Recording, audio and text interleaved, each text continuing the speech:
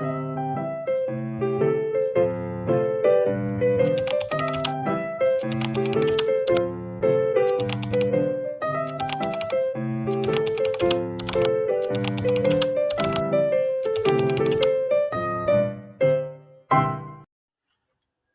day everyone, I'm Rialyn Villagrimas and this video is all about what are the proper etiquette as a media user.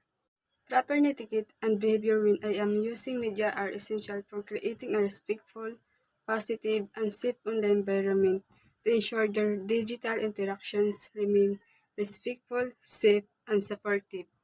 Etiquette refers to the accepted and expected social behavior that users should follow while interacting on the internet.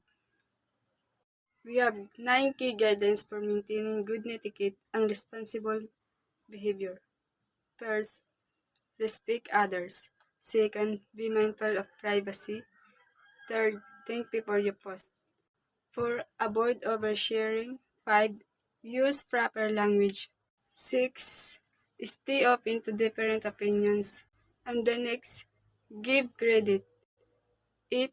Report inappropriate content. 9. Mind your tone. And the first is respect others. Treat others with kindness and respect just as you would on face-to-face communication. Avoid offensive language, personal attacks, or cyberbullying. And the next is be mindful of privacy.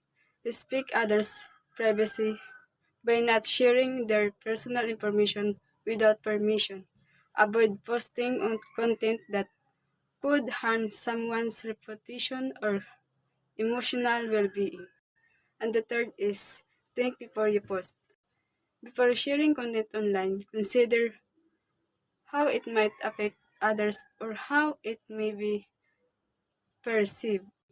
What might seem like harmless fun to you could be hurtful to others. The fourth is avoid oversharing. Share only appropriate and relevant information. Oversharing personal details can compromise your own privacy and safety. And the 5 is use proper language.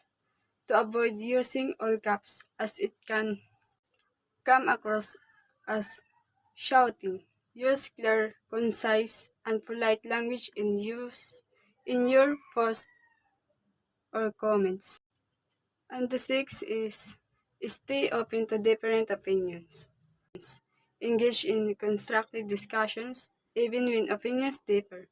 Avoid arguing or disrespecting others with opposing views. 7.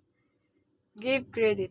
When you are sharing content that is not your own, always give proper credit to the original creator, whether it's images, text, or videos to avoid misinformation.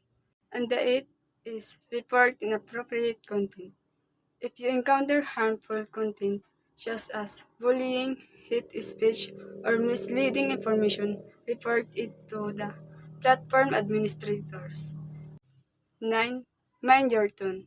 Text-based communication can sometimes be misinterpreted.